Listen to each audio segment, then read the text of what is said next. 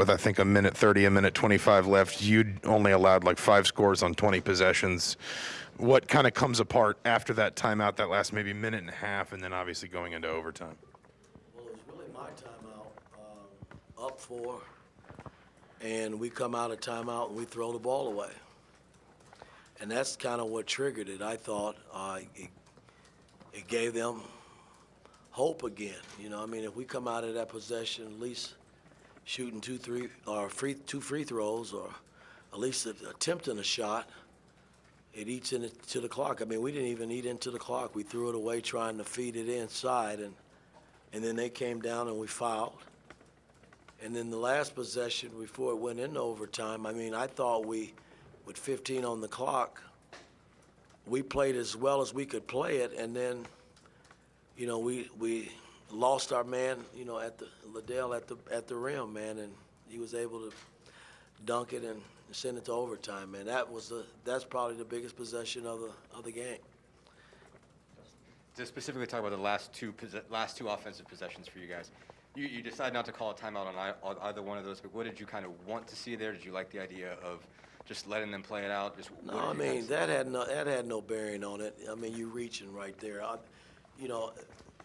We were up. They were up, I think, 5 or 6 at the time. When X got the tech and took him out of the game, I thought Miller got a great look at a 3 that we ran full court coming up. But from that point on, we had to foul. They missed, I think, one of their free throws, but we had nothing left. Nothing else left after that. I'm sorry, I meant regulation. That's my fault. Well, in regulation, again, when we up 4, we throw the ball away out of timeout. That's the biggest possession of the night, I think, because we got nothing out of it. And we came down and we fouled.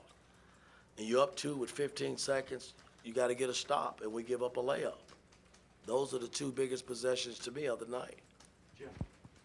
Coach, you mentioned trying to teach these guys to win games like this, at Wisconsin, at Syracuse. What is it that is the difference between winning these games and losing these games? I mean, we got to get them over the hump, man. I mean, I wish I had the magic pill to get them over the hump right now, because again, we're right there.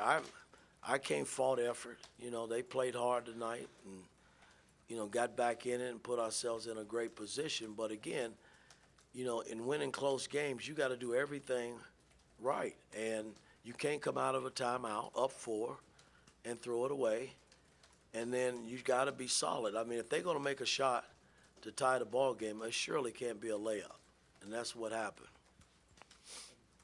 Yeah, obviously you're shorthanded at the point guard position. Your thoughts on Xavier Johnson's decision-making throughout the game and in overtime? Well, some of the shots he took? I thought he played. He played well. I mean, I can't fault Xavier. I mean, he was fighting.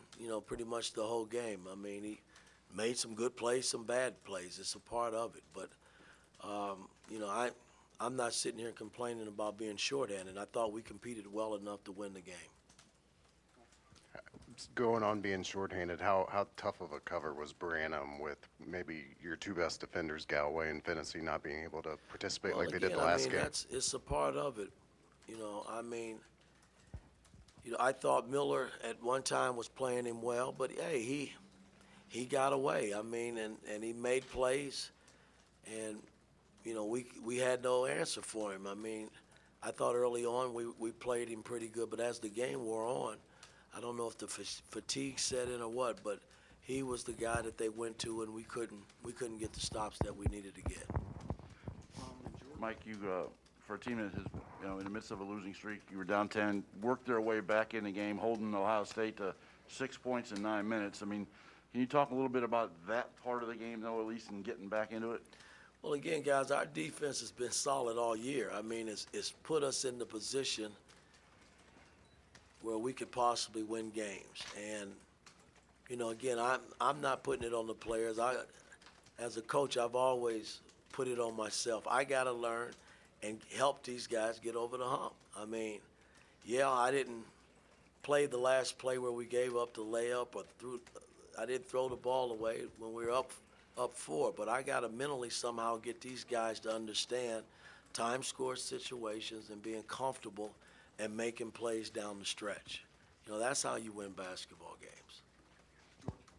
Mike, it's the fifth loss in a row, and you talked just a little bit about it, but the demeanor of the team is, and you're going home to play Maryland, but how do you get over the hump and mentally with these guys? Well, we were four losses coming into the night, George, and this team is not quitting, you know, by any means. I mean, if you think that, then I think you're watching the wrong game tonight. I mean, these guys came and they competed, and unfortunately, I wasn't able to get them, you know, over the hump. So, I mean, we go back now. We got Maryland, which we played them early on, and we got to go home and try to get our mojo back. You know what I mean? That's what it's all about. I mean, we got to find a win somewhere, so we're feeling good about ourselves. And we'll got 2 days to prepare and see where we are from there. Mike, I think Ohio State scored on 8 of its first 9 possessions in the second half to open that 11-point lead. And then you mentioned your defense. Were you able to start affecting them, their offense at that point in the game to where they went so long without scoring when they had done it so well? Well, I thought, you know, I mean, we started making catches tough. You know, they just couldn't get good looks. And, you know, they missed a couple of good looks at the rim, but I just thought our defense was solid to get us back where we were able to take the lead.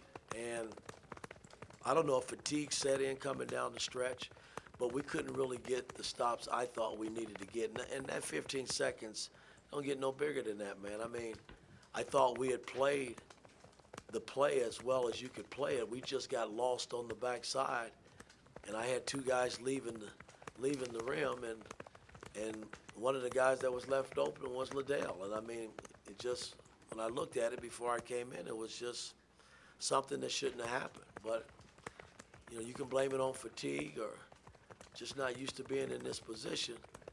But that's a play you got to close out and make the young man make a tough shot over the top, not a dunk or a layup. Okay, Coach, thank you.